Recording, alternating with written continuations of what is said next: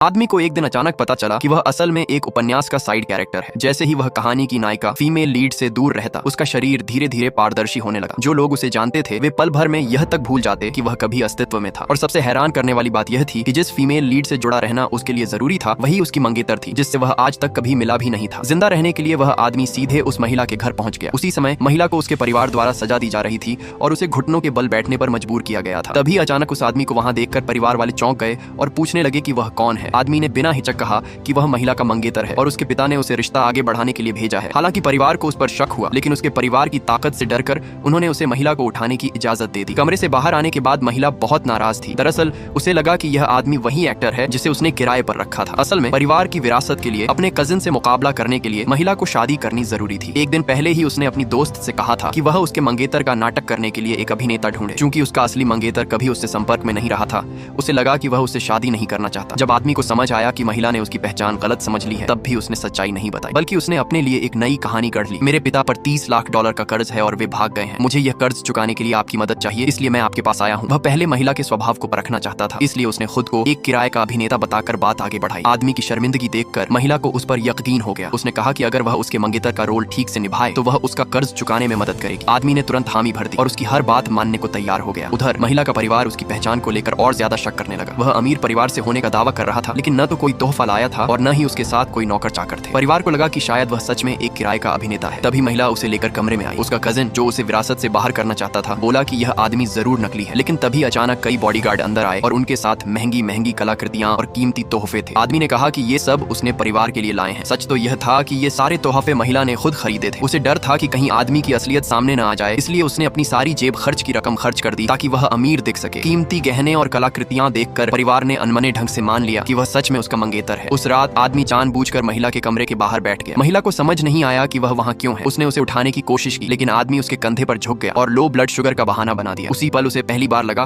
कि वह सच में एक असली इंसान है। केवल उसके पास रहकर ही उसे सुकून मिलता था। उसने तय कर लिया कि चाहे कुछ भी हो जाए, वह महिला के पास ही रहेगा। लेकिन अगले ही दिन 2 आदमी उसे अगवा कर ले गए। पता चला कि महिला का कजिन उसे बंधक बनाकर महिला को विरासत छोड़ने के लिए मजबूर करना चाहता था। जब महिला को यह सब पता चला तो उसने एक पल की भी देर नहीं की और गुस्से में अपने कजिन के सिर पर फूलदान दे मारा।